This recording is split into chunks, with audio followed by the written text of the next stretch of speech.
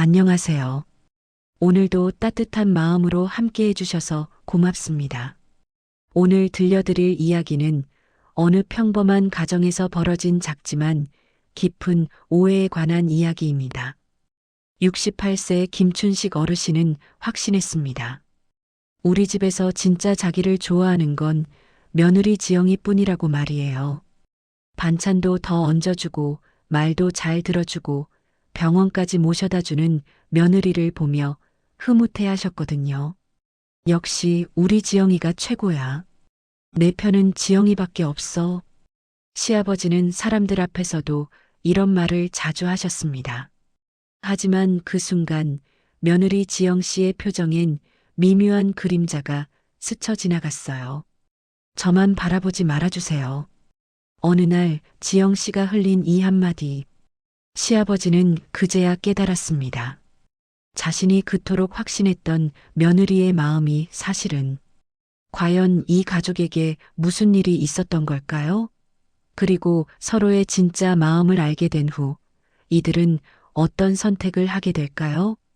지금부터 시작되는 이야기 속으로 함께 들어가 보시죠. 겨울 저녁 6시 반, 지영이는 부엌에서 마지막 국그릇을 밥상 위에 올려놓았습니다.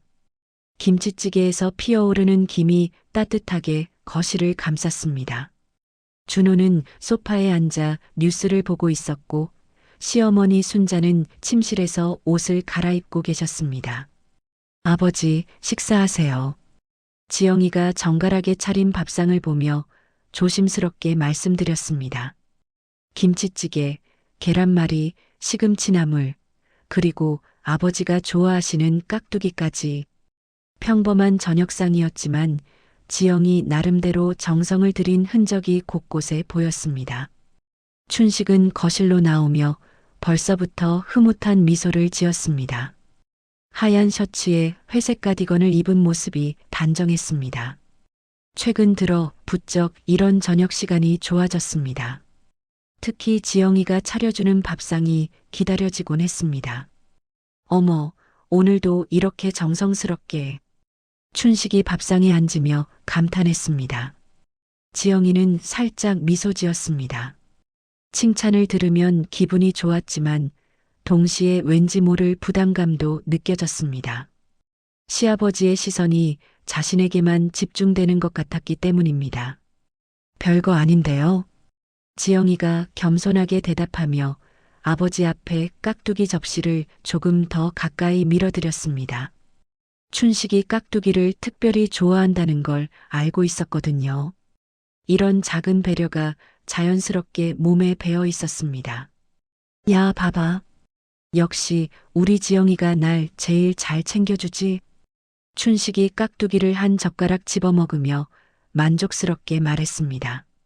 그 말을 들은 순자가 침실에서 나왔습니다. 남편의 목소리가 평소보다 한층 밝았기 때문입니다.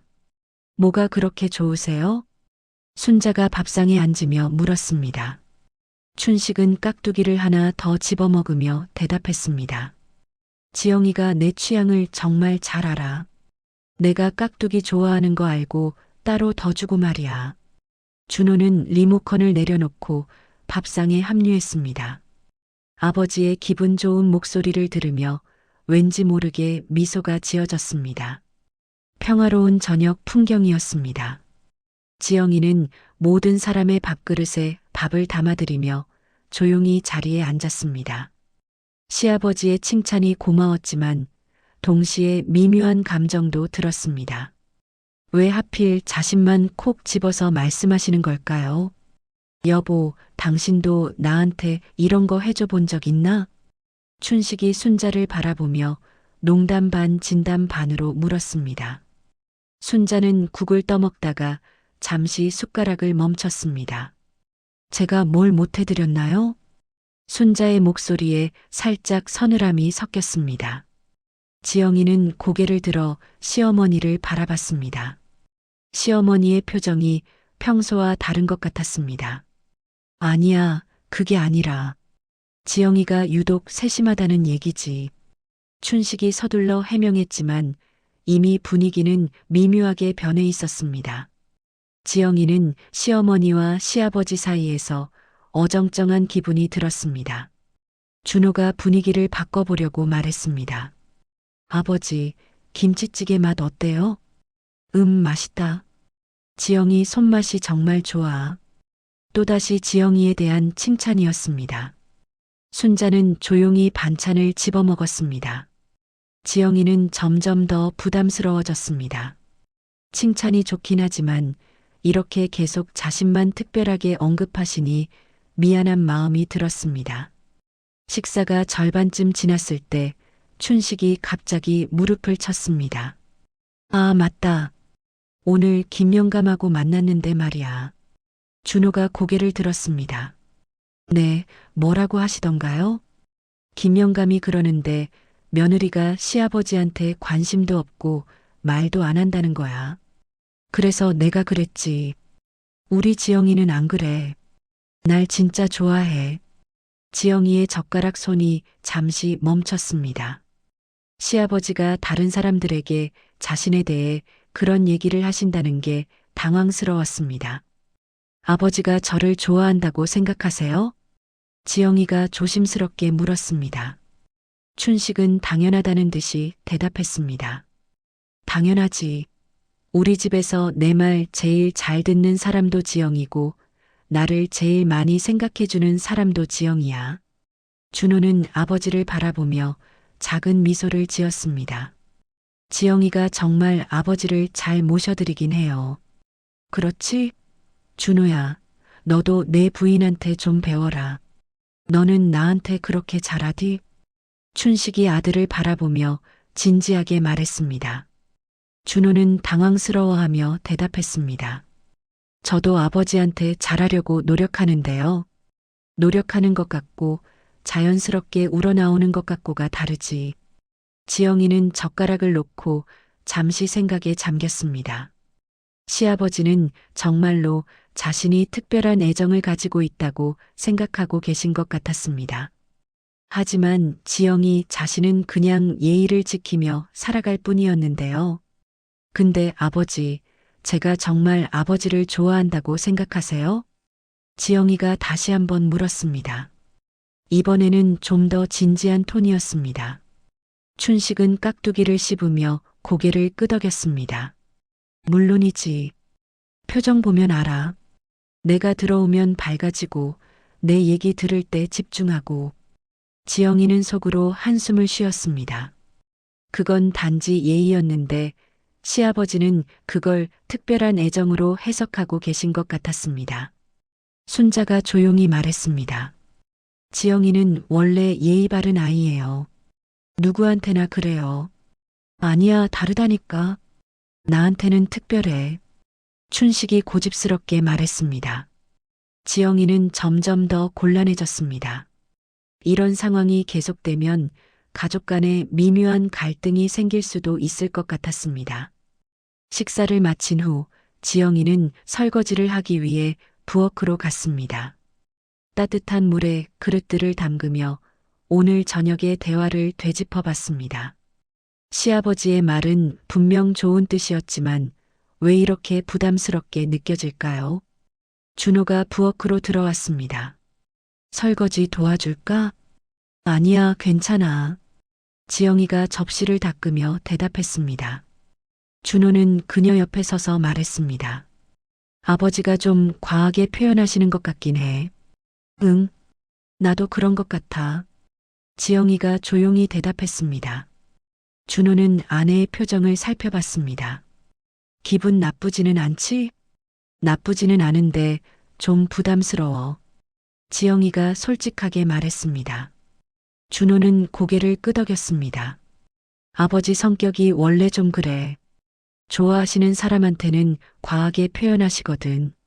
그런가? 근데 어머니는 어떻게 생각하실까? 어머니도 이해하실 거야. 원래 아버지가 그런 분이신 걸 아시니까. 하지만 지영이의 걱정은 쉽게 가시지 않았습니다. 설거지를 마치고 행주로 손을 닦으며 그녀는 작은 한숨을 쉬었습니다. 거실에서는 춘식이 순자와 함께 저녁 뉴스를 보고 있었습니다. 광고가 나오자 춘식이 말했습니다. 여보, 우리 지영이 정말 착하지 않아? 순자는 뜨개질을 하며 대답했습니다. 착하죠. 원래 착한 아이예요. 나는 정말 운이 좋은 것 같아. 이런 며느리 만나기가 쉽지 않은데. 순자의 손이 잠시 멈췄습니다. 당신이 지영이만 칭찬하시면 다른 사람들은 어떻게 생각해요? 왜? 칭찬하면 안 돼? 그게 아니라 균형을 맞춰야죠. 춘식은 아내의 말을 이해하지 못하는 듯 했습니다. 균형이 뭐야? 좋으면 좋다고 하는 거지. 순자는 더 이상 말하지 않았습니다.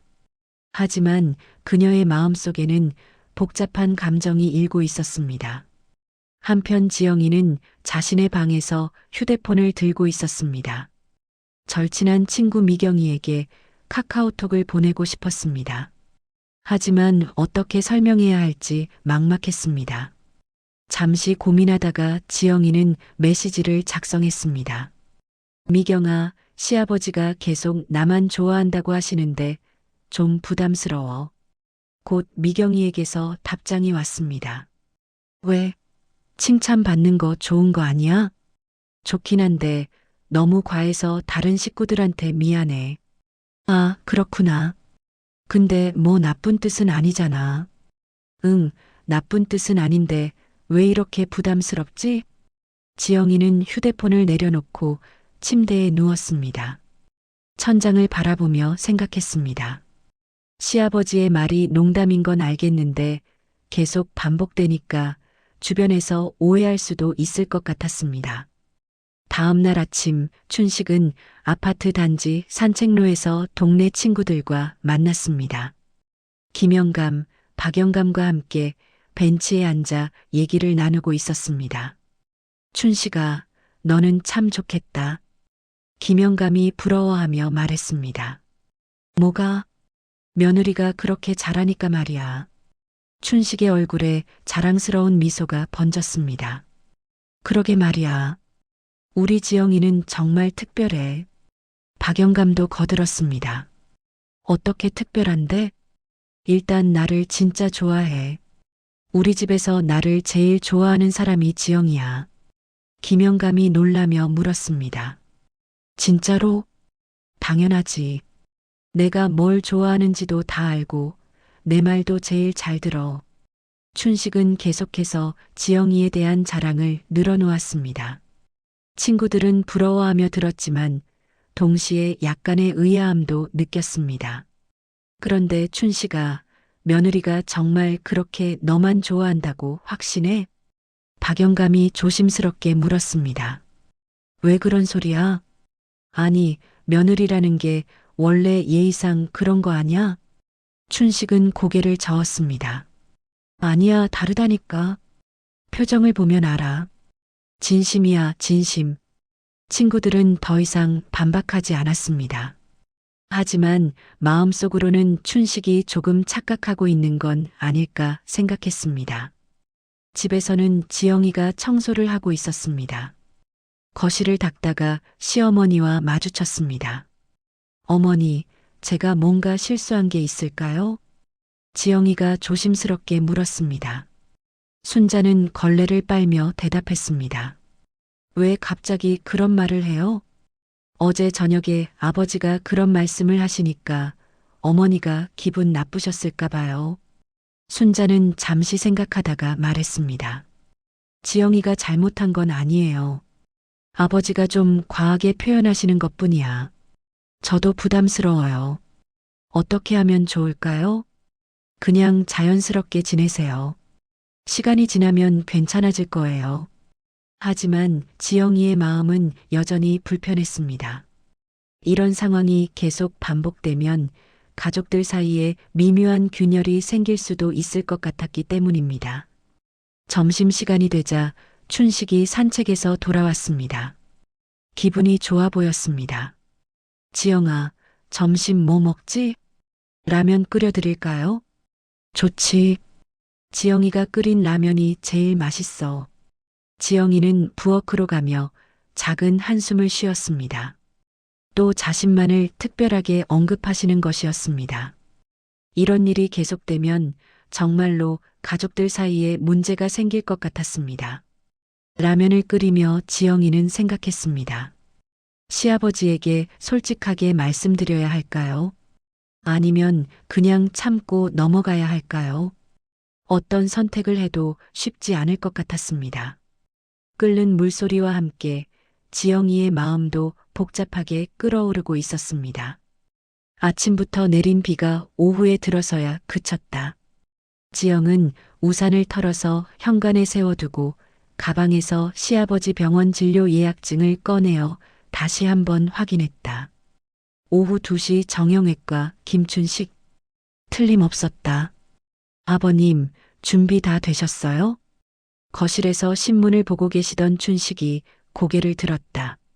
오늘따라 옷차림이 단정했다. 회색 정장 재킷에 검은색 슬랙스, 평소보다 신경 써서 입으신 모습이었다. 그래요. 지영이 덕분에 이렇게 편하게 병원에 갈 수 있으니 고맙지. 춘식이 신문을 접어두며 일어났다. 허리를 살짝 짚는 손이 조심스러워 보였다. 천천히 하세요. 시간 넉넉해요. 지영이 춘식의 팔을 살며시 부축했다. 현관에서 신발을 신을 때도 자연스럽게 손을 내밀어 균형을 잡아들였다. 차 안에서 춘식이 창밖을 보며 말했다. 준호 녀석은 참 바쁘다니까. 요즘 회사 일이 그렇게 많다고? 네. 새 프로젝트가 시작돼서 밤늦게까지 일하고 있어요. 그래도 이런 때는 아들이 와야 하는 건데. 지영이 핸들을 잡은 손에 힘이 들어갔다. 뭐라고 대답해야 할지 모르겠어서 그냥 미소만 지었다. 병원에 도착하자 지영은 먼저 접수대에 가서 예약 확인을 했다. 대기 번호표를 뽑고 춘식을 의자가 편한 곳으로 안내했다. 물 드실까요? 아니면 커피? 물이면 되지, 뭘. 지영이 정수기로 가서 종이컵에 물을 받아왔다. 춘식이 받아 마시며 주변을 둘러봤다. 사람이 참 많네요. 그러게요. 오늘 비 와서 더 붐비는 것 같아요. 잠시 후 대기실 모니터에서 번호가 불렸다. 지영은 춘식의 팔을 잡고 함께 진료실로 들어갔다. 의사가 엑스레이 사진을 켜고 설명을 시작했다. 허리 상태가 많이 좋아지셨네요. 꾸준히 물리치료 받으신 효과가 있는 것 같습니다. 춘식이 안도의 표정을 지었다. 지영은 가방에서 메모장을 꺼내어 의사의 말을 적기 시작했다. 약은 계속 드세요. 다음 달에 다시 한번 보시고요. 네, 감사합니다. 진료실을 나오면서 춘식이 지영을 바라봤다. 지영이 메모까지 해주고. 정말 고마워요. 아니에요. 당연한 거예요. 처방전을 받고 약국에서 약을 지어오는 동안에도 지영은 약사의 설명을 꼼꼼히 들었다.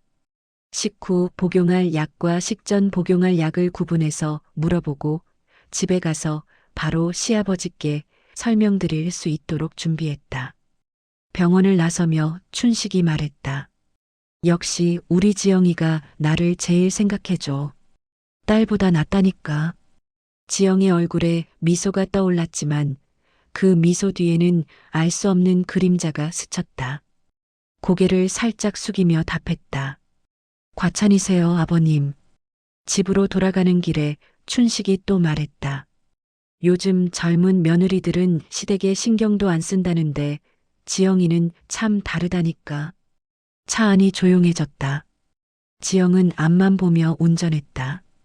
집에 도착해서 춘식을 모시고 들어간 후 지영은 잠깐 나가겠다고 말했다. 가까운 카페에서 친구 은주와 만나기로 했던 약속이 있었다. 카페는 아늑했다. 창가 자리에 앉아서 라떼를 시키고 은주를 기다렸다. 곧 은주가 들어왔다. 두 사람은 오랜만에 만난 반가움에 한동안 안부를 주고받았다. 요즘 어때? 일은? 바쁘지 뭐. 너는? 집안일 힘들지? 지영이 잠깐 망설이다가 입을 열었다. 나 또 병원 모셔다 드렸지 뭐. 아, 시아버지? 응. 안 가면 또 서운해 하시고 나만 믿고 있다 그러시니까. 은주가 지영의 표정을 살폈다. 그런데 왜 표정이 그래? 뭔가 힘든 일 있어? 지영이 컵을 돌리며 말했다. 아니야. 그냥 가끔 부담스러울 때가 있어. 부담? 시아버지가 자꾸 나한테만 의존하시려고 해. 나를 제일 좋아한다고 하시면서. 은주가 고개를 끄덕였다. 아, 그런 상황이구나. 지영이 한숨을 살짝 쉬었다. 남편은 모르겠어. 그냥 아버지가 좋아하시는 거라고만 생각하나 봐. 이때 카페 한편에서 그들의 대화를 듣고 있던 순자의 표정이 복잡하게 변했다. 장을 보러 나왔다가 우연히 들른 카페였는데 며느리의 목소리가 들려서 돌아보니 지영이었다. 순자는 자리를 옮길까 했지만 이미 들은 말들이 마음에 걸려서 그 자리에 앉아 있었다. 지영과 은주의 대화는 계속됐다. 그래도 시아버지가 너를 좋아하시는 건 좋은 일 아니야? 그렇긴 한데 가끔은 너무 과해서. 순자는 커피를 마시는 척하며 계속 들었다. 며느리가 이런 생각을 하고 있었다는 게 놀라웠다.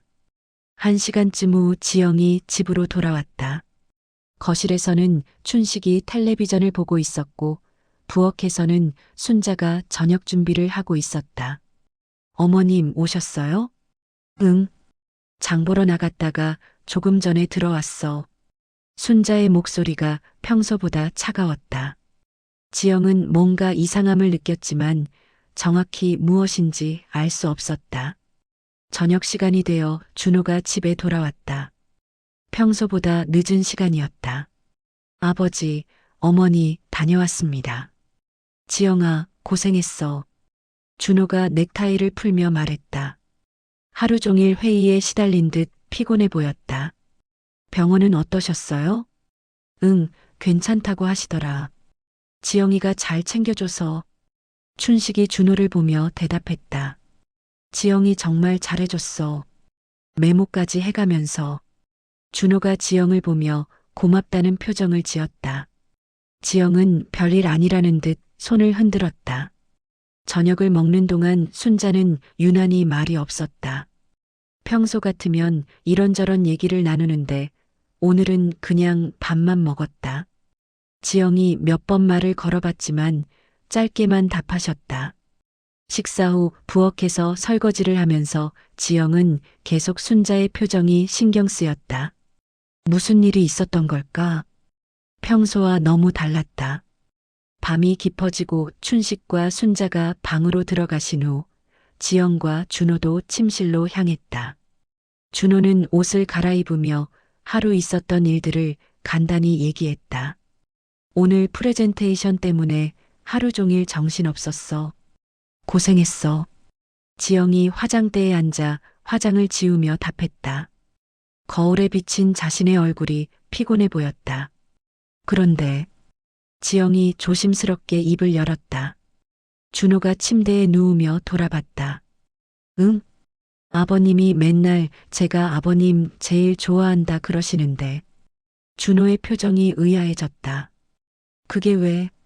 그게 자꾸 부담이 돼. 지영의 목소리가 작아졌다. 이런 말을 꺼내는 것 자체가 조심스러웠다. 준호가 베개에 머리를 기대며 말했다. 에이, 그냥 하시는 말씀이야. 신경 쓰지 마. 하지만 아버지 외로우셔서 그러지 뭐. 너무 깊게 생각하지 말고. 준호의 말투는 담담했다. 마치 별일 아닌 것처럼 넘어가려 했다. 지영의 표정이 변했다. 또 그냥 넘기려고 한다. 자신의 고민을 제대로 들어주지 않는다. 그게 아니라 정말 부담스러울 때가 있어. 몸 부담? 아버지가 너 좋아하시는 거잖아. 좋은 일이지. 준호는 여전히 심각하게 받아들이지 않는 모습이었다. 지영이 화장대에서 몸을 돌려 준호를 봤다. 당신은 모르니까 그렇게 말하는 거야. 뭘 몰라? 아버님이 얼마나 나한테 의존하시려고 하는지. 준호가 일어나 앉았다. 의존? 그냥 고마워하시는 거 아니야? 병원도 꼭 내가 모시고 가야 하고 뭐든지 나한테만 말씀하시고. 지영의 목소리에 쌓여있던 답답함이 묻어났다. 그래도 싫은 건 아니잖아. 너도 아버지 좋아하고. 좋아하는 거랑 부담스러운 거랑은 다른 거야. 준호가 잠깐 침묵했다. 지영의 말을 어떻게 받아들여야 할지 모르는 것 같았다. 그럼 어떻게 하라고? 아버지가 좋아하시는데 싫다고 할 수도 없고, 내가 싫다고 하는 게 아니야. 그냥 가끔은 숨이 막힐 때가 있다는 거야. 준호가 다시 누우며 말했다. 그래도 아버지 연세가 있으시니까 조금만 더 이해해줘. 지영은 더 이상 말하지 않았다. 어차피 말해봐야 소용없을 것 같았다. 준호는 항상 이런 식이었다. 자신의 고민을 진짜로 들어주기보다는 그냥 넘어가려고 했다. 화장대 앞에 다시 앉아서 크림을 발랐다. 거울 속 자신의 얼굴이 어딘지 쓸쓸해 보였다. 준호는 이미 눈을 감고 누워 있었다. 하루 종일 바빴던 터라 금세 잠들 것 같았다. 지영은 조용히 침대로 가서 이불을 덮었다. 옆에서 준호의 잠든 숨소리가 들려왔다.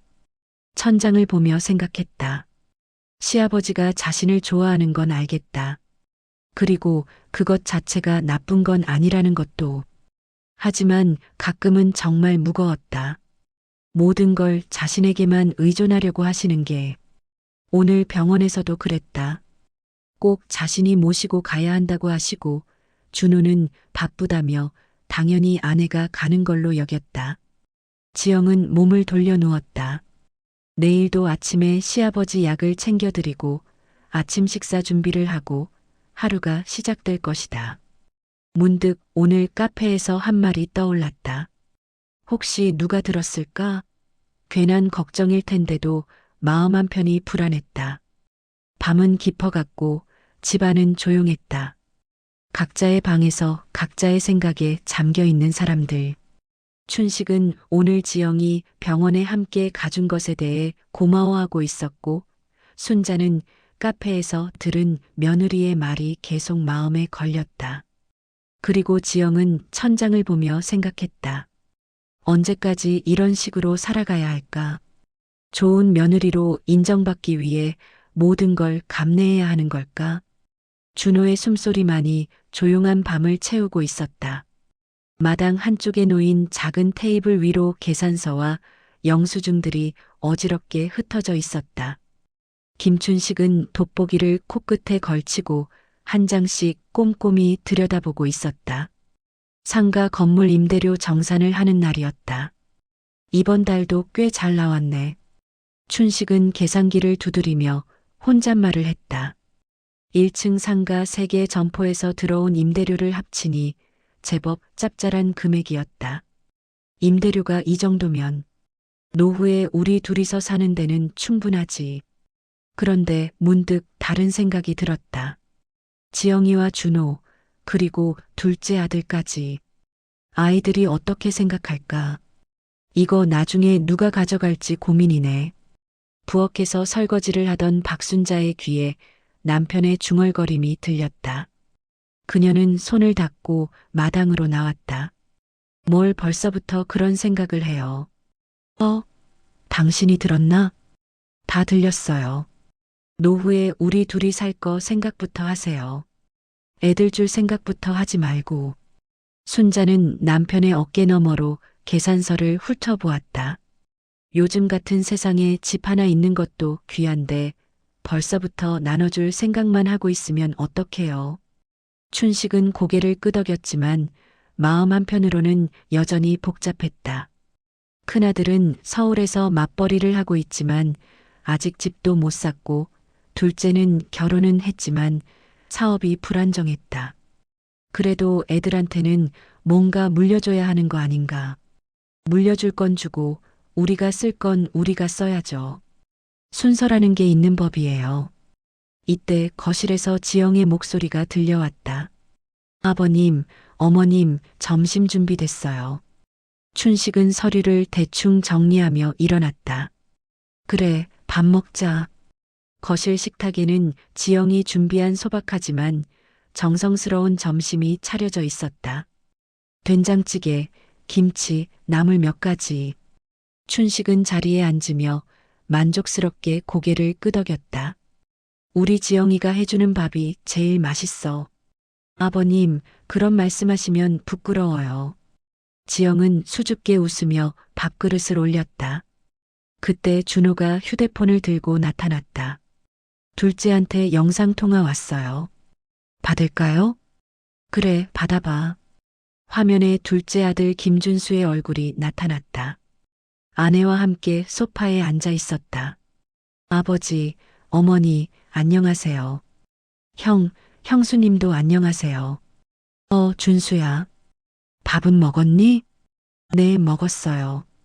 주말에 뭐 하세요? 별거 없지. 임대료 정산하고 있었어. 준수의 눈이 순간 반짝였다. 아, 상가 임대료요? 요즘 어때요? 나쁘지 않아. 세입자들이 자리 잘 잡고 있어서 안정적이야. 춘식은 기분이 좋아지며 말을 이어갔다. 평소보다 목소리에 힘이 들어갔다. 사실 이 건물이 꽤 괜찮은 투자였어. 위치도 좋고 교통도 편하고. 지영은 조용히 밥을 먹으며 듣고 있었다. 준호는 화면을 번갈아 보며 적당히 맞장구를 쳤다. 역시 아버지 안목이 좋으셨네요. 춘식의 기분은 더욱 좋아졌다. 둘째 아들 앞에서 자랑할 만한 이야기가 생긴 것 같았다. 그런데 말이야, 우리 지영이를 보니까 갑자기 지영의 이름이 나오자 모두의 시선이 집중됐다. 요만큼도 욕심이 없어. 이 집에 와서 나한테 잘하는 거 보면 정말 착하다니까. 지영은 당황스러워하며 손을 저었다. 아버님, 그건 당연한 거예요. 하지만 춘식은 멈추지 않았다. 오히려 더 신이 났다. 아니야, 아니야. 요즘 며느리들이 다 그런 게 아니거든. 그런데 지영이는 정말 순수해. 나한테 뭘 바란다거나 그런 게 전혀 없어. 화면 너머 준수 부부의 표정이 미묘하게 변했다. 준수의 아내는 남편을 슬쩍 쳐다봤다. 그래서 내가 생각해 보니까 춘식의 목소리에 확신이 담겼다. 이 상가 건물 지영이한테 줘야 되나 몰라. 순간 공기가 정지했다. 준호는 놀란 눈으로 아버지를 쳐다봤고 지영은 얼굴이 빨갛게 달아올랐다. 아버님, 그런 말씀하지 마세요. 전 그런 거 바라지 않아요. 지영은 급하게 손사래를 쳤지만 춘식은 오히려 더 만족스러운 표정을 지었다. 봐봐. 욕심도 없어. 그래서 내가 더 좋다니까. 화면 속 준수의 얼굴에 묘한 웃음이 떠올랐다. 웃고 있지만 눈가가 차갑게 식어 있었다. 형수님은 정말 좋으시겠네요. 아버지가 이렇게 아껴주시니까. 말 끝에 미묘한 가시가 돋았다. 준호가 민감하게 반응했다. 야, 준수야. 아버지가 그냥 하신 말씀인데 뭘 그렇게 해. 아니에요, 형. 좋은 얘기잖아요. 형수님 착하신 거 저도 알아요. 준수는 여전히 웃고 있었지만 그 웃음이 어색했다. 옆에 앉은 아내가 팔꿈치로 살짝 찔렀다. 그런데 아버지, 농담이시죠? 춘식은 잠시 당황했다가 애매하게 웃었다. 뭐, 아직 정한 건 아니지. 그냥 지영이가 너무 착해서 하는 말이야. 네, 알겠어요. 그럼 저희는 이만 끊을게요. 안녕히 계세요. 준수는 서둘러 통화를 끊었다. 화면이 꺼지자 거실에 어색한 침묵이 흘렀다. 순자가 먼저 입을 열었다. 당신 사람들 앞에서 그런 말을 왜 해요? 뭐가 잘못됐어? 지영이 착한 거 사실이잖아. 준호가 난처하게 개입했다. 아버지, 준수가 오해할 수도 있어요. 오해? 뭘 오해해? 나는 그냥 지영이 착하다고 하는 말인데. 지영은 젓가락을 내려놓고 조심스럽게 말했다. 아버님, 사람들 앞에서 그런 말씀은 좀 아닌 것 같아요. 저 때문에 집안에 문제 생길까봐 걱정돼요. 무슨 문제가 생겨? 내가 내 재산 누구 주겠다는 것도 못하나. 춘식은 약간 흥분한 목소리로 말했다. 하지만 가족들의 시선을 받으니 조금 위축되기도 했다. 그냥 지영이한테 고마워서 하는 말이었는데 준호는 아버지와 아내 사이에서 진퇴양난이었다. 아버지의 마음도 이해가 갔고 지영의 걱정도 타당했다. 아버지 마음은 알겠는데 그래도 조심하셔야 할 것 같아요. 뭘 조심해? 내가 누구한테 눈치 보면서 살아야 하나? 순자가 한숨을 쉬며 끼어들었다. 당신이 눈치 안 보고 살면 애들이 눈치 보고 살게 되잖아요. 특히 지영이가. 지영은 고개를 숙인 채 말했다. 제가 조용히 있을게요. 아버님께서 그런 말씀 안 하시게. 아니야, 지영아. 당신이 뭘 잘못했어. 당신은 그냥 평상시처럼 하면 돼. 준호가 아내의 어깨를 살짝 두드렸다. 맞아. 우리 잘못한 거 없어. 하지만 지영의 마음은 복잡했다. 시아버지의 말이 고마우면서도 부담스러웠다. 그리고 무엇보다 둘째 시아주버니의 반응이 신경 쓰였다. 그래도 조심해야 할 것 같아요. 집안 분위기가 이상해질까봐. 춘식은 답답한 표정을 지었다. 내가 며느리 좋다고 말 한마디 못하나. 요즘 세상이 참. 좋다는 것과 재산 얘기는 다른 거잖아요, 당신. 순자의 말에 춘식은 할 말이 없었다. 사실 자신도 말이 좀 나갔다는 생각이 들었다. 그냥 기분 좋아서 한 말인데 이렇게 복잡해질 줄은 몰랐어. 준호는 아버지를 달래려고 했다. 아버지 원래 허풍 심하시잖아요. 준수도 그거 아니까 진짜로 그럴 것도 아닌데 뭘 그렇게 신경 써요. 하지만 지영은 그렇게 간단한 문제가 아니라고 생각했다. 그래도 말이 씨가 된다고 하잖아요. 나중에 정말 문제될 수도 있어요. 무슨 문제가 돼? 우리가 잘못한 것도 아닌데. 준호는 아내가 너무 걱정하는 것 같다고 생각했다. 둘째 동생이야 원래 좀 예민하고 아버지의 허풍은 어제 오늘 일이 아니었다. 하지만 지영의 걱정은 더 깊었다. 이제까지 조심조심 살아온 시집살이에서 갑자기 관심의 중심에 서게 된 느낌이었다. 내가 다 문제의 중심이 되는 느낌이에요. 무슨 문제의 중심이야? 당신이 착해서 아버지가 좋아하시는 건데. 그게 문제예요. 다른 가족들이 보기에는 내가 뭔가 꾀를 부리는 것처럼 보일 수도 있어요. 춘식은 며느리의 말을 듣고 있다가 약간 미안한 마음이 들었다.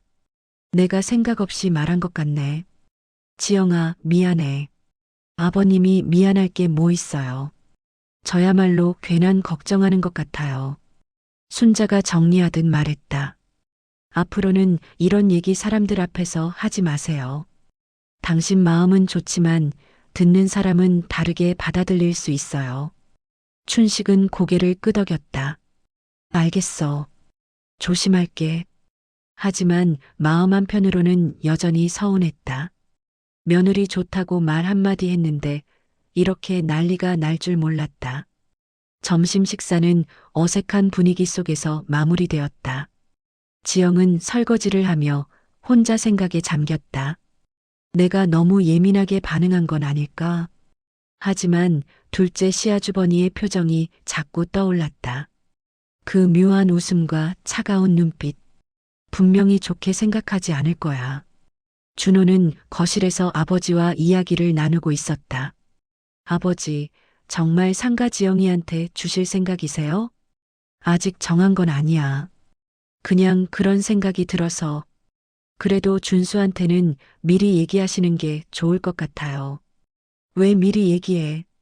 아직 결정한 것도 아닌데. 준호는 아버지의 성격을 잘 알고 있었다. 한번 마음먹으면 끝까지 밀고 나가는 타입이었다. 그래도 형제끼리 문제되는 건 좋지 않잖아요. 내 재산을 내가 어떻게 하든 그게 뭔 상관이야. 춘식의 목소리에 약간의 짜증이 섞였다. 아버지 마음대로 하시면 되지만 그래도 가족 화목이 우선 아닐까요? 가족 화목하려면 서로 이해하고 양보해야지. 맨날 내가 양보하고 이해할 순 없어.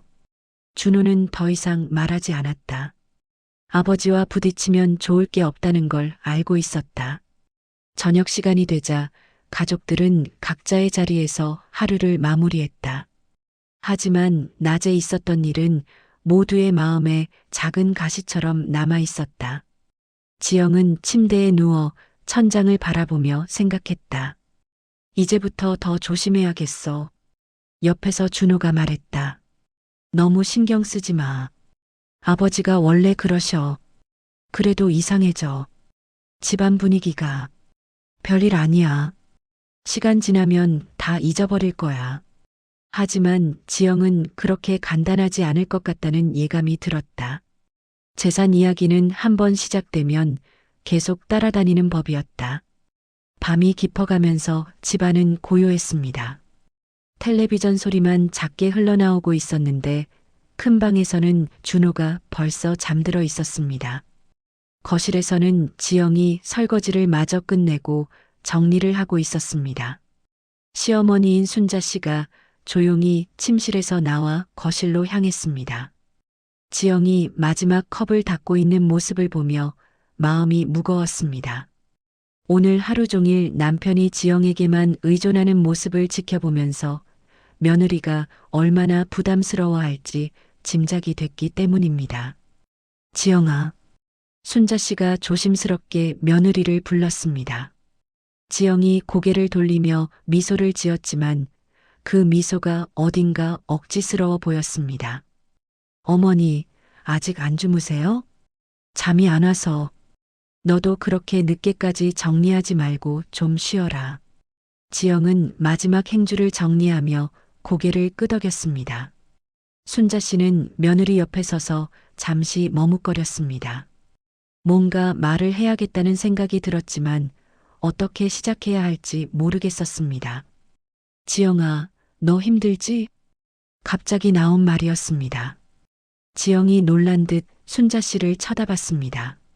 아니요, 괜찮아요. 아니야. 나 다 봤어. 아버지가 괜히 너만 예뻐한다면서 말실수도 하고 너 표정이 어두워지는 거. 지영의 손이 멈췄습니다. 며느리는 한참 동안 말없이 싱크대를 바라보다가 천천히 고개를 돌렸습니다. 솔직히 부담스러워요. 작은 목소리였습니다. 순자 씨는 며느리가 드디어 진짜 마음을 말하는 것 같아서 더 가까이 다가갔습니다. 제가 아버님을 싫어하는 건 아니에요. 정말 좋은 분이시고 저한테도 잘해주시고 그런데 저만 좋아한다. 저만 믿는다고 하시면 지영의 목소리가 조금씩 떨리기 시작했습니다. 제가 뭘 더 해야 되나? 숨 막혀요. 다른 가족들은 어떻게 생각할까? 제가 혹시 실수라도 하면 아버님이 얼마나 실망하실까? 순자 씨는 며느리의 말을 들으며 가슴이 답답해졌습니다. 남편의 마음을 모르는 것은 아니었습니다. 나이 들어서 자식들과 거리감을 느끼는 남편에게 지영이는 유일한 위로였을 것입니다. 하지만 그것이 며느리에게는 이런 부담이 되고 있었다니. 지영아, 미안하다. 어머니가 왜 미안해 하세요? 내가 아버지 좀 말려야 하는데 그러지 못해서. 사실 나도 답답해. 아버지가 너만 바라보는 게. 지영이 고개를 끄덕였습니다. 시어머니가 이해해주고 있다는 것만으로도 마음이 조금 편해졌습니다. 저만 바라보지 말아달라고. 그런 말을 어떻게 해요? 너무 섭섭해 하실 텐데. 그때였습니다.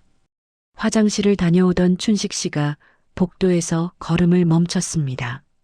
거실에서 나오는 며느리와 아내의 대화가 귀에 들렸습니다.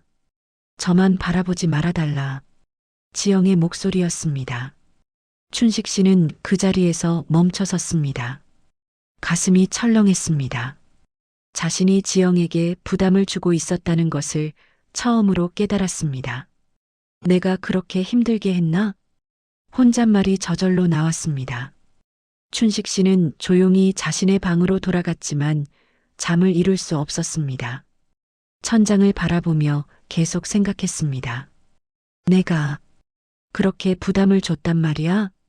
다음 날 오후 춘식 씨는 평소보다 기분이 무거웠습니다. 둘째 아들 준수에게서 온 전화를 받고 나서 더욱 그랬습니다.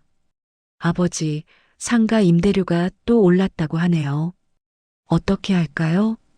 그래, 얼마나? 한 달에 10만 원 더 달라고 해요. 춘식 씨는 한숨을 쉬었습니다. 둘째는 항상 이런 식이었습니다. 문제가 생기면 바로 아버지에게 전화해서 어떻게 하라고 하는 것입니다. 내가 판단해서 해. 그 정도야 감당할 수 있지 않나? 그런데 아버지가 보시기에는 어떠세요? 모르겠다. 내 일이니까 내가 알아서 해라. 통화를 끊고 나서 춘식 씨는 더욱 우울해졌습니다. 둘째는 의존적이기만 하고 큰아들은 자기 일에만 바쁘고 그래서 지영이가 더 소중하게 느껴졌던 것입니다. 마침 지영이가 마트에서 돌아왔습니다.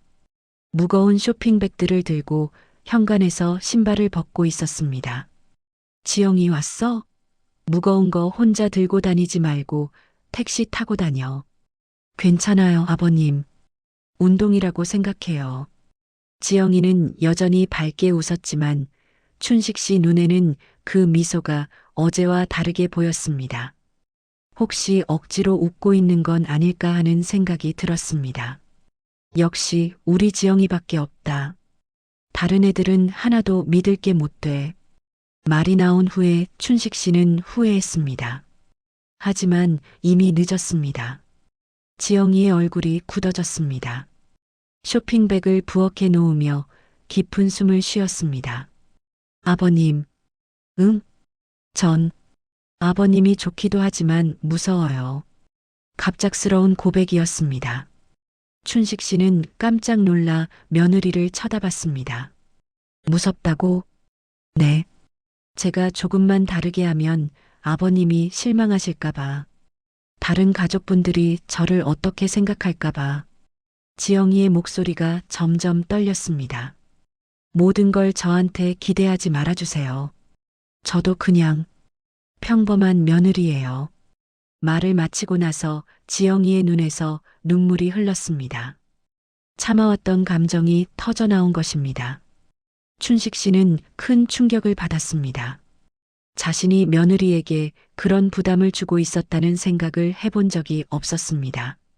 나는 그냥 내가 날 좋아하는 줄 알았지. 힘없는 목소리였습니다. 지영이는 고개를 끄덕였습니다. 좋아해요. 정말 좋아해요.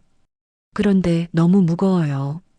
저한테만 의지하시면 다른 분들은 어떻게 생각하실까요?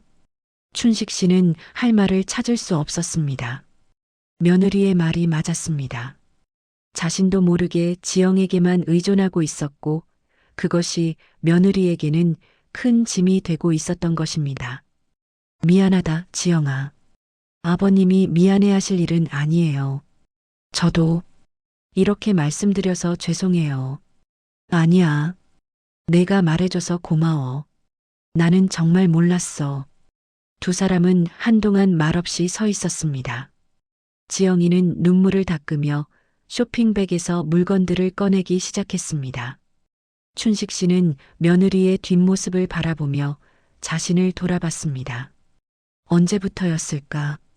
자식들과의 관계가 어색해지면서 지영이에게만 기댔던 것은 큰아들은 직장일로 바쁘고 둘째는 사업 문제로 스트레스를 받고 있고 딸은 시집가서 자신의 가족을 돌보느라 바쁘고 그래서 유일하게 자신의 말을 따뜻하게 들어주는 지영이가 소중했던 것입니다. 하지만 지영이도 자신만의 삶이 있었습니다. 남편과의 관계, 직장에서의 스트레스, 그리고 시댁에서의 역할까지 모든 것을 감당하기에는 너무 벅찼을 것입니다. 지영아, 앞으로는 내가 조심할게. 아버님 괜찮아요. 그냥 가끔은 다른 분들한테도 말씀해 보세요. 준호 오빠한테도, 순자 어머니한테도. 지영이는 냉장고 문을 열며 말했습니다. 저 혼자서 아버님의 모든 걸 감당할 수는 없어요. 춘식 씨는 고개를 끄덕였습니다. 며느리의 말이 옳았습니다. 가족이라는 것은 한 사람이 모든 것을 책임지는 게 아니라 서로 나누어 감당하는 것이었습니다. 그날 저녁 식사 시간이 조금 어색했습니다. 춘식 씨는 평소와 달리 말수가 적었고 지영이도 마찬가지였습니다.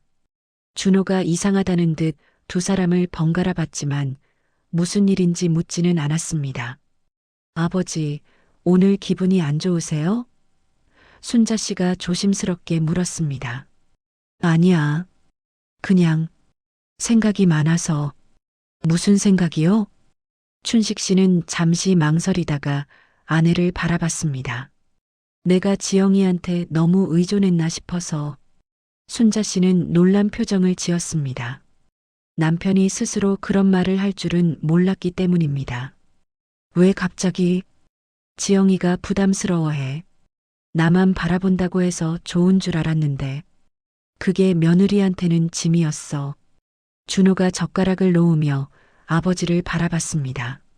아버지, 무슨 일 있으셨어요? 별일 아니야. 그냥 내가 좀 철없었나 싶어서. 지영이가 조용히 입을 열었습니다. 아버님, 저도 말을 너무 직접적으로 했어요. 기분 상하셨죠? 아니야. 내가 말해줘서 고마워. 나도 모르게 그렇게 됐나 보다. 춘식 씨는 며느리를 바라보며 미소를 지었습니다. 어제까지의 미소와는 조금 달랐습니다. 더 조심스럽고 더 배려하는 미소였습니다. 앞으로는 다들한테 골고루 잔소리할게.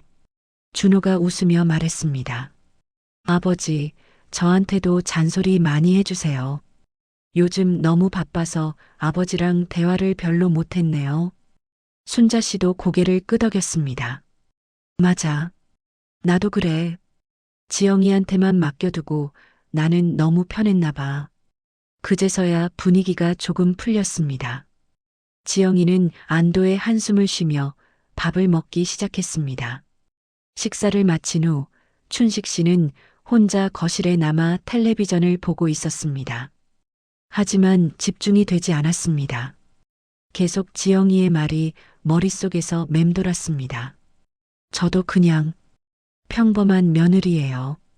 춘식 씨는 그제서야 깨달았습니다. 자신이 지영이를 특별하게 여기면서도 동시에 지영이의 개인적인 삶은 생각하지 못했다는 것을. 며느리도 자신만의 고민과 스트레스가 있을 텐데 자신은 그저 지영이에게서 위로만 받으려고 했습니다. 며칠 후 춘식 씨는 조금씩 변화하기 시작했습니다. 지영이에게만 이야기하던 것들을 아내에게도 말하고 큰아들과도 대화를 나누려고 노력했습니다. 쉽지 않았지만 며느리가 편애하는 모습을 보니 보람이 있었습니다. 춘식이는 며칠째 집 밖으로 산책을 나가는 시간이 부쩍 늘었다. 그날도 익숙한 공원 벤치에 앉아 있었는데 옆 벤치에서 들려오는 대화가 귓가에 스며들었다. 요즘 우리 며느리가 나만 피하는 것 같더라고. 백발의 노인이 한숨을 쉬며 말했다. 춘식이는 고개를 돌려 그쪽을 바라봤다. 자네도 그런가? 나도 똑같아. 뭔가 어색해진 지가 한참 됐네. 다른 노인이 맞장구를 쳤다. 우리가 너무 많이 기대해서 그런 게 아닐까? 세 번째 노인의 목소리는 조금 더 차분했다. 기대? 응. 며느리가 우리를 친아버지처럼 좋아해 주길 바라고, 우리만 챙겨주길 바라고, 그런 걸 당연하게 여겨왔던 거 아니야? 춘식이의 가슴이 철렁했다. 그 말이 정확히 자신의 마음을 찔렀다. 며느리도 사람인데 말이야. 자기 인생이 있는 건데. 노인의 말이 계속 이어졌다. 맞아. 나도 요즘 생각해 보니까 내가 너무 당연하게 여겼나 싶더라고. 며느리한테만 이것저것 바라고. 춘식이는 벤치에 깊숙이 몸을 기댔다. 눈가가 촉촉해지는 걸 느꼈다. 저들의 이야기가 남의 일 같지 않았다. 집으로 돌아가는 길, 춘식이의 발걸음은 무거웠다. 현관문을 열고 들어서니 지영이 거실에서 텔레비전을 보고 있었다. 예전 같으면 아버님, 어디 다녀오셨어요? 라고 물었을 텐데 요즘은 그냥 고개만 끄덕였다. 춘식이는 지영이 있는 거실로 걸어갔다. 평소와 다른 진지한 얼굴이었다. 지영아. 지영이 고개를 들었다. 시아버지의 표정이 어딘가 달라 보였다. 네, 아버님. 나, 미안하다. 갑작스러운 사과에 지영이는 당황했다. 아버님, 왜 갑자기? 내가 나를 좋아한다고 믿고 싶어서 내 마음은 생각도 안 했던 것 같다. 춘식이의 목소리는 평소보다 낮고 떨렸다. 지영이의 눈가가 촉촉해졌다. 이런 말을 들을 거라고는 생각도 못했다. 아버님, 내가 너한테만 이것저것 바라고 너만 챙겨달라고 하고 그게 당연한 줄 알았어. 춘식이는 잠시 말을 멈췄다가 다시 입을 열었다. 너도 사람인데 가끔은 며느리가 아니라 그냥 지영이로 살고 싶을 때도 있을 텐데. 지영이는 참고 있던 눈물이 흘러내렸다. 아버님, 저도 아버님 싫어하는 거 아니에요. 그래. 그냥 저도 사람인데 가끔은 며느리가 아니라 제 인생도 살고 싶어서요. 지영이의 목소리도 떨렸다. 내가 너무 욕심이 많았나 보다. 춘식이가 한숨을 쉬었다. 아버님, 저도 처음에는 정말 아버님을 좋아했어요. 친아버지처럼요. 지영이가 조심스럽게 말했다. 그런데 언제부턴가 제가 뭘 해도 부족한 것 같고 저만 이상한 사람인 것 같아서 내가 그렇게 만들었구나. 춘식이의 얼굴에 미안함이 가득했다. 그때 현관문이 열리는 소리가 났다. 준호가 퇴근해서 들어왔다. 무슨 일이야? 둘 다 왜 그래? 준호가 어색한 분위기를 감지하며 물었다. 아니야, 그냥. 지영이가 얼른 눈물을 닦았다. 준호야, 잠깐 앉아봐. 춘식이가 아들을 불렀다. 네, 아버지. 준호가 소파에 앉았다. 상가 건물 문제 말이야. 춘식이가 입을 열었다. 앞으로는 너희 형제끼리만 의논해서 정해. 아버지, 그리고 지영이 이름은 재산 이야기에서 아예 꺼내지 말자. 준호가 놀란 표정을 지었다. 내가 지금까지 너무 욕심이 많았어. 며느리한테만 이것저것 바라고. 춘식이는 지영이를 바라보며 말했다. 앞으로는 누구 편 이런 말 안 할 거야. 준호도 이제야 상황을 이해한 듯했다. 아버지, 저도 이제부터는 그냥 넘기지 말고 제 생각 말씀드릴게요. 준호의 말에 춘식이가 고개를 끄덕였다. 그래, 그렇게 해야지. 서로 속마음을 말해야 가족이지. 다음 날 저녁 온 가족이 식탁에 둘러앉았다. 순자가 만든 김치찌개와 지영이가 준비한 반찬들이 식탁에 가득했다. 지영이는 예전 습관대로 시아버지 앞에 반찬을 올려주려다가 잠시 멈췄다. 춘식이와 눈이 마주쳤다. 아버님, 응? 이거 드실까요? 지영이가 조심스럽게 물었다. 춘식이는 잠시 생각하더니 웃으며 말했다. 나만 챙겨줘서 좋아. 라고 이제는 안 할게. 가족들이 모두 춘식이를 바라봤다. 그냥 고맙다. 우리 며느리. 지영이의 얼굴에 미소가 번졌다. 저도 아버님 고마워요. 순자가 옆에서 흐뭇하게 웃었다. 이제야 집이 좀 편해지는 것 같네. 준호도 안도의 표정을 지었다. 앞으로는 이렇게 지내면 되겠네요. 식탁 위에는 따뜻한 밥과 국물이 김을 내뿜고 있었다. 가족들의 얼굴도 전보다 훨씬 밝아 보였다. 그런데 아버지, 내일 형이랑 상가 건물 이야기 해야 하는데. 준호가 조심스럽게 입을 열었다. 너희들끼리 알아서 해. 나는 이제 끼어들지 않을 거야. 춘식이가 단호하게 말했다. 정말이요? 정말이야. 대신 너희가 서로 싸우지 말고 잘 정해야 한다. 네, 알겠습니다. 지영이가 국그릇을 들고 한 모금 마셨다. 김치찌개의 따뜻함이 가슴까지 스며들었다. 엄마, 이거 정말 맛있어요. 그래, 다행이다. 순자가 흐뭇해했다. 지영아, 너도 고생했다. 그동안 춘식이가 지영이를 바라보며 말했다. 아버님, 이제 괜찮아요. 지영이의 대답에 진심이 담겨 있었다. 우리 이제 새로 시작하자. 춘식이의 제안에 모두가 고개를 끄덕였다. 밖에서는 봄바람이 살랑 불어왔다. 열린 창문으로 들어오는 바람이 식탁 위에 따뜻한 김을 살살 흩뜨렸다. 아, 그런데 아버님. 지영이가 갑자기 생각난 듯 말했다. 내일 동네 마트에서 특가 행사한대요. 같이 가실래요? 나도. 네, 아버님도 뭐 필요한 거 있으시면. 춘식이는 잠시 생각하더니 웃었다. 그래, 가자. 오랜만에 같이 나가볼까? 좋아요. 지영이의 얼굴이 환해졌다. 그날 밤 춘식이는 침대에 누워 천장을 바라봤다. 마음이 한결 가벼워진 느낌이었다. 그동안 무거웠던 뭔가가 풀어진 것 같았다. 옆방에서는 준호와 지영이의 작은 대화 소리가 들려왔다. 오늘 아버지가 사과하시는 거 보고 깜짝 놀랐어. 나도 솔직히 포기하고 있었거든. 이제 좀 나아질 것 같지? 그럴 것 같아. 아버님도 좋은 분이셨는데 그동안 우리가 서로 오해만 했던 것 같아. 춘식이는 그 소리를 들으며 미소를 지었다. 정말 새로운 시작인 것 같았다.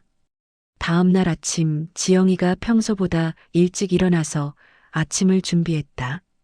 춘식이도 어제보다 기분 좋은 얼굴로 식탁에 앉았다. 아버님, 커피 드실까요?